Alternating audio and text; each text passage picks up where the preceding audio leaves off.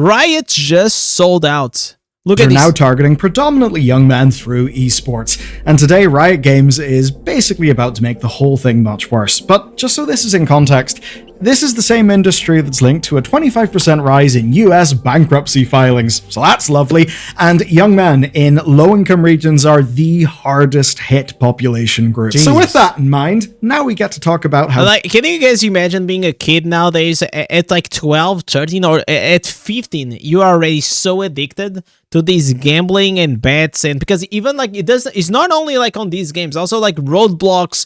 It has like these simulators which pretty much are just gambling games. It's insane. The biggest name in esports has just opened the goddamn floodgates. In short, Riot Games is allowing betting sponsors into League of Legends and into Valorant. And by making this move, they give every other esports league justification to follow. Basically, these companies know exactly who they are reaching, and now they have a direct pipeline.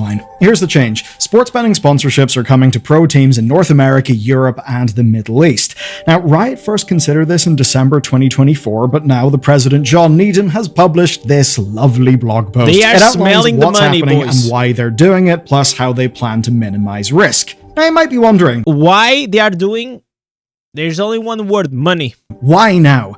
And their justification is fairly simple. They say the teams have been asking for gambling sponsors for years. Obviously, because it's a lot of money. And audiences are already gambling. And here's the scale. League and Valorant generate 10.7 billion in gambling. But there is a problem, and that problem is that 70% of those bets are happening in unregistered. So basically, all the Cloud9s, you know, Ninja in Pajamas, Fnatic, all these teams, like even like G2, they will be allowed to have now gambling sponsorship. And the reason is because these sponsors, they pay a lot of money. Everyone usually tends to cave into the gambling just because it's like a lot of money, man. You had like, how many streamers do you know that they were probably already making a lot of money, but you know, like they see an opportunity. Oh, am I going to make like $50,000 per month if I just do like 2 or 3 hours of gambling on my stream per week? Well, where do I sign? Regulated bookies. And the unregulated part is what bothers No, I did Riot. not stream Now, yesterday. they say it's unsafe because people may lose money because these sites can be unscrupulous. And that absolutely is a risk. Of course, the other side is, you know, people losing absolute humongous amounts of money via so traditional gambling, working as intended. Here's the basic logic they're using. So, you know how teenagers will be tempted to drink alcohol? So you might think it's better to give them something light under supervision rather than have them, I don't know, drink Tesco value vodka in a field somewhere. But the question, right, is that by legitimizing it, by making it more normal, giving it way more exposure, will you reduce the average damage done per individual, but actually cause far more harm overall because you've just went and expanded the market to way more people by making it easier to access? And would that actually mean, ran over time, that you'd start to find more Gambling is great as long as I don't have money. I don't have to spend my own money. I mean, like, but that's how it starts, right? It starts always like that. And I feel like everyone, like personally, I didn't ever got like, I never got addicted. I don't have like a huge addicting personality that I get like addicted very easily. Unless I really love it, obviously, and I get like super into it. And I feel like that's what happens with a lot of people. Like, and a lot of people also, they think they are immune. Oh, obviously, I'm never gonna be an alcoholic. Obviously, I'm never gonna get like, I'm not never gonna be a drug addict or a gambler. But everyone thinks that before they become a gambler or drunk or a drug addict. They all think they are immune. They always thought that they will never get into those things.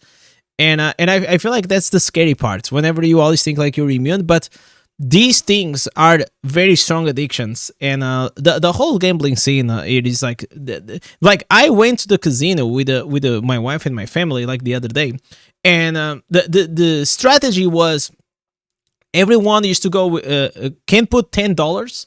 And if you lose the $10, you don't put more. If along the way you recoup the $10, you cash out. But the thing is, like, one of the days we actually got $200, and that was really exciting.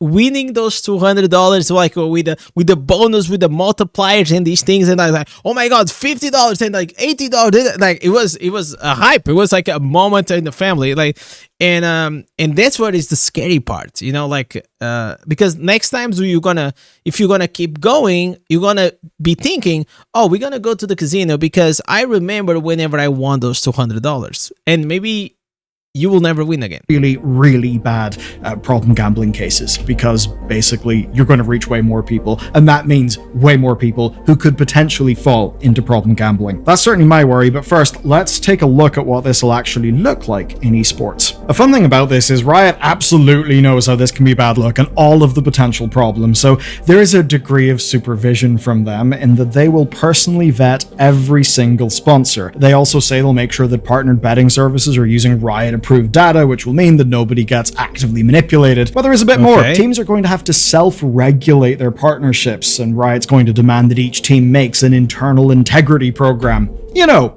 so that they can investigate themselves. As for what that's got to be, Riot says a self-defined... They are asking for the integrity program to get gambling sponsors. Okay. ...policy for selecting sponsorships. I don't know, it doesn't seem like the highest bar on the earth to me.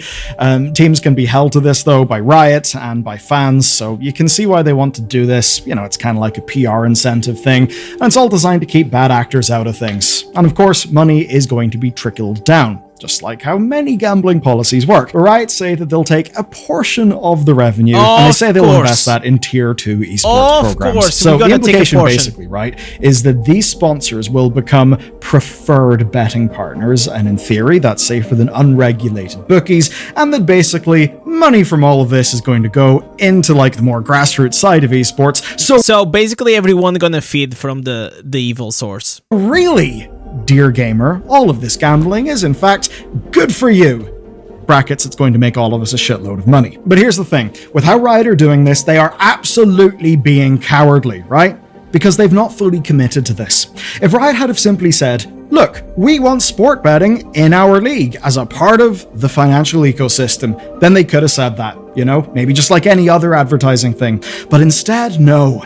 They are hedging their bets. You see, they still insist that gambling is bad, right? I mean, otherwise, why ensure that it's not officially connected? And even after vetting, well, just take a look at this. Riot-owned broadcast and social channels have got to stay betting free. That means no ads, it means no sponsored segments from betting partners, and it means no betting partner logos on team jerseys. So that's quite funny when you think about it. It is putting the pressure on everyone else. Official streams, absolutely no gambling, so who's going to get stuck with it? Well, I think the answer is fairly obvious, and we know that it's the team owners who really, really wanted this. So they're going to have to figure out where to put their contractually obligated sponsor content, and almost... So if he's not going to show the sponsorship from the gambling on the live streams, probably they will have to do a ton of like in-house content.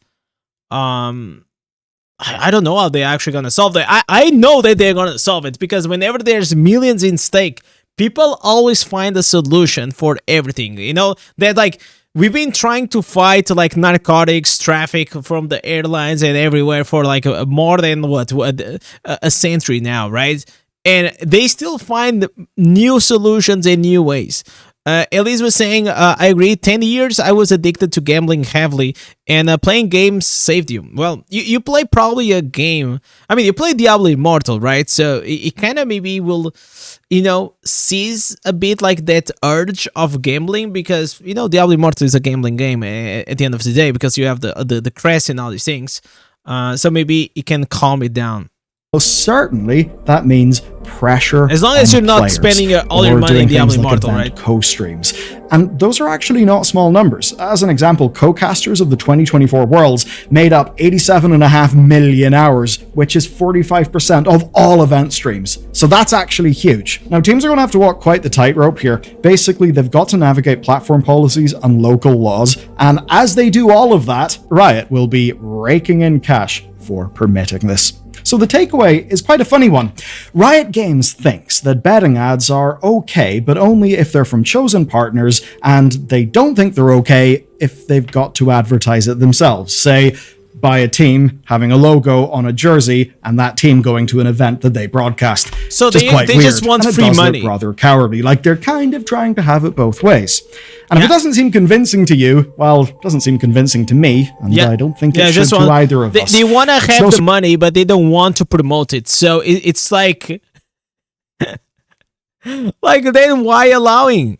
Surprised that the public reaction here has been absolute skepticism at every level. So with it looking so strange, why would Riot and these teams think that this is the way forward? The answer is very, very simple. Guaranteed money. Who doesn't want some guaranteed money? Essentially, esports groups have not really had that much guaranteed money lately. The esports winter started ages ago, and it's still happening.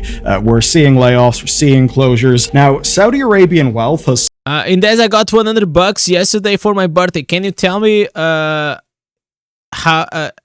should I spend on? I don't know, man. Like it's your money. Definitely, I would say like if you got some extra cash, spend on something that you actually need. Don't just gonna go and blindly put it like on Diablo Immortal. Just if you have a girl or some buddies or something, just go have like some good night or like a dinner or like something that will actually create an experience and a memory in your brain. Because if you're gonna spend those $100 on Diablo Immortal, they're gonna run like this, and you're not even gonna get probably the things you want. Somewhat helped because, you know, they want to do some, I've forgotten the word of it, but it's kind of when you launder your reputation through sports. It's a very well-known thing. And then obviously Saudi money has got its own ethical concerns. So with all that floating around, basically this is more consistent revenue from an industry that's desperate to expand and is desperate for consistent revenue. But of course, this is all happening in a way that benefits Riot but does not benefit viewers. How many viewers would never have touched gambling before this? I don't know, but it's probably a lot, and what Riot have done is they've opened the door for that to happen, right? By normalizing it. And this doesn't even address some of the wider problems. Take a look at all of those gacha-based cosmetics that Riot rolls out, and I'm sure you've seen the headlines, right? Of like $350 to get like the big event skin. Well, to be honest, like when it comes to cosmetics, yeah, they can be expensive and all these things, but I mean, they are just cosmetic. You can just not buy it. Let's be honest. It's the same as I say, hey, do you buy luxury clothes? And you say, no, it's stupid because they are extremely expensive. Well, there you go. Why would you buy expensive skins? If they are expensive, then it will be stupid to buy them, right? Funnily enough, a lot of people would say that's kind of like the same as gambling. I mean, sure, you can't cash out, but it's probability-based bullshit to get an item that you want. Well, now they would be feeding that sort of audience, one that they're cultivating with all these gacha mechanics, directly into betting companies. You know, so I feel like if there's people who are going to be problematic with gacha and get themselves into bother, there's probably a lot of crossover with people who will get themselves into gambling bother. And financial trouble from gambling hits young men in low-income regions the hardest. It's rough stuff, right? And studies do suggest that, of course, that is the exact demographic that is also the most likely to bet. I feel like maybe... You guys think it has to do with education as well? You know, like someone that has like lower education, maybe like they don't have like the awareness to really understand and make like good decisions for their life, or to even understand like the consequences of it. At an esports, the case you can make for this leading to a lot of problems is, I think, pretty compelling. I mean, it's targeting the same group that is proven to show more problem gambling behavior than other groups. And then, of course, there's the risk to athletes themselves. And this is something that's not commonly thought about. Now, of course, esports people, they'll face match-fixing allegations as, you know, in traditional sports. But now there's an entire new type of hostility for them. Because when somebody loses a bet on one of these sites, because of the betting that promoted that betting site, that anger can now go straight to the players. Blame can go straight to the players. And that's not me speculating. This is the actual experience of athletes in physical sports. And it's one that's gotten far worse with micro-betting and app-based gambling that just, well, make it... So I remember there was a case a few years ago of an athlete that he lost the final on purpose because he picked up all his money and he bet that he was gonna lose. And he was the favorite. Bro, this was like maybe 8 8 years ago. Then he got caught. So it didn't work out. I don't remember the name of the guy. Far easier to engage in all that shit. Here's a really fun quote. A December study by 4 of the biggest tennis federations in the world found that angry gamblers were responsible for nearly half of the 12,000 abusive social media posts directed at tennis players that year. Oh my so God. that's, not great. And all of this is before we talk about They got how mad because they lost the gambling money. changes the culture. And of course, in this context, it's changing the culture around our games. And that, of course, can hurt how our games are made and designed. We can begin this whole game gambling thing with the very obvious black market of CSGO skins, right? So skin gambling is already fairly entrenched. I never got These into these. companies, they crave something more. They crave legitimacy. And Riot Games just gave them that. You see, gambling groups and online casinos have tried to break into gaming for years and years and years. And we've seen this in many ways, like say press sites getting flooded with sponsored post offers.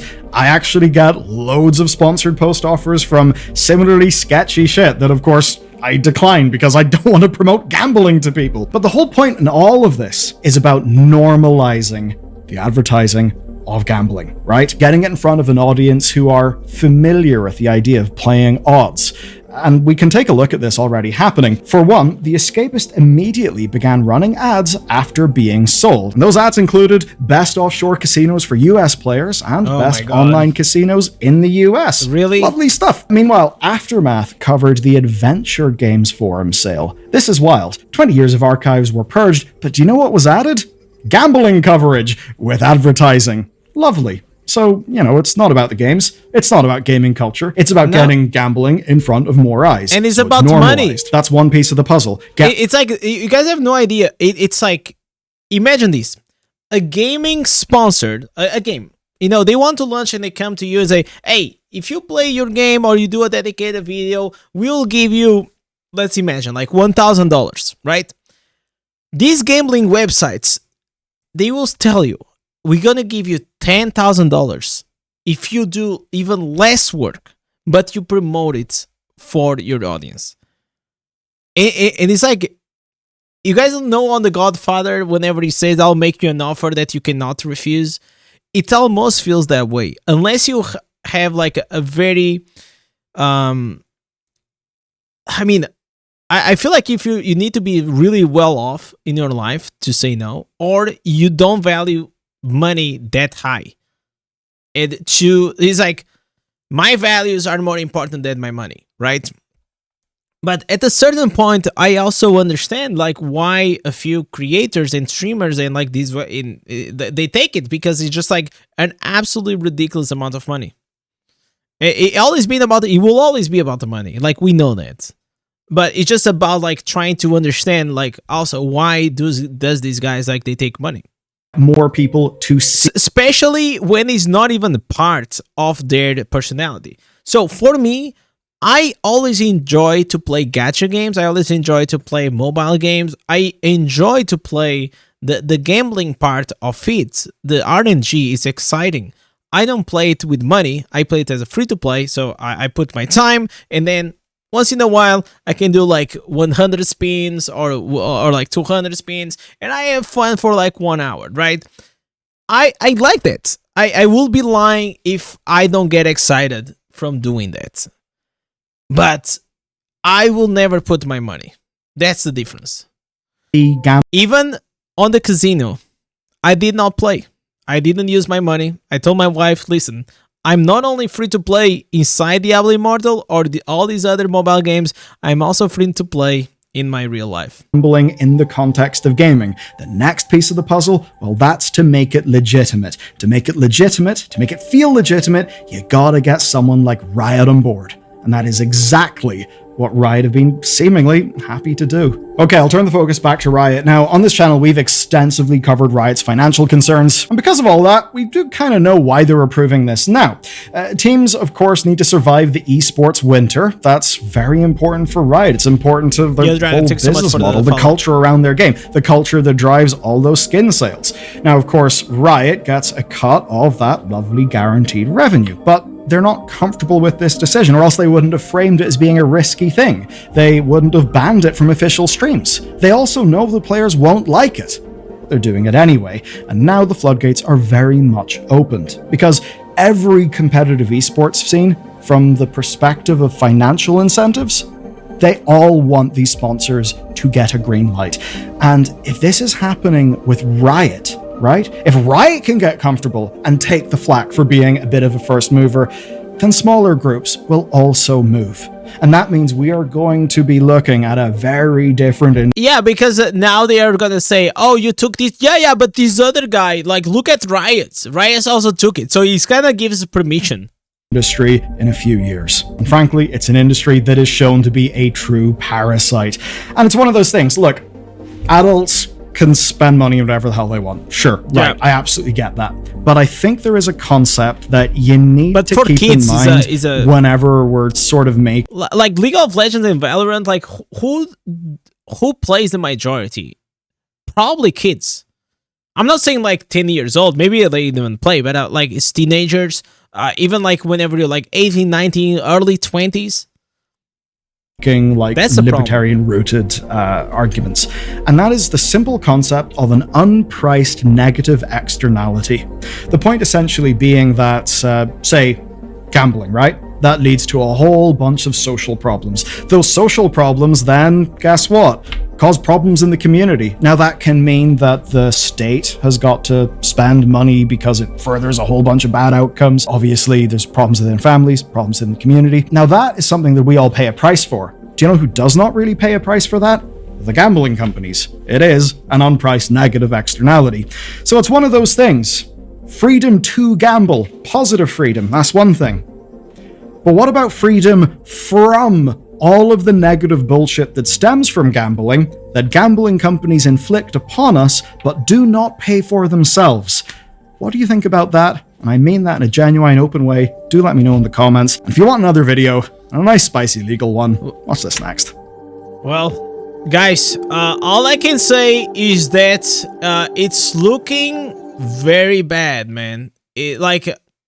Personally, I've been wanting to get rid of like pay to win and all these things on these games, but the reality, I feel like we are walking and we are going deeper and deeper in the rabbit hole. That's right. Go there, drop him a like and a subscribe if you still did, and thank you so much, YouTube. Peace.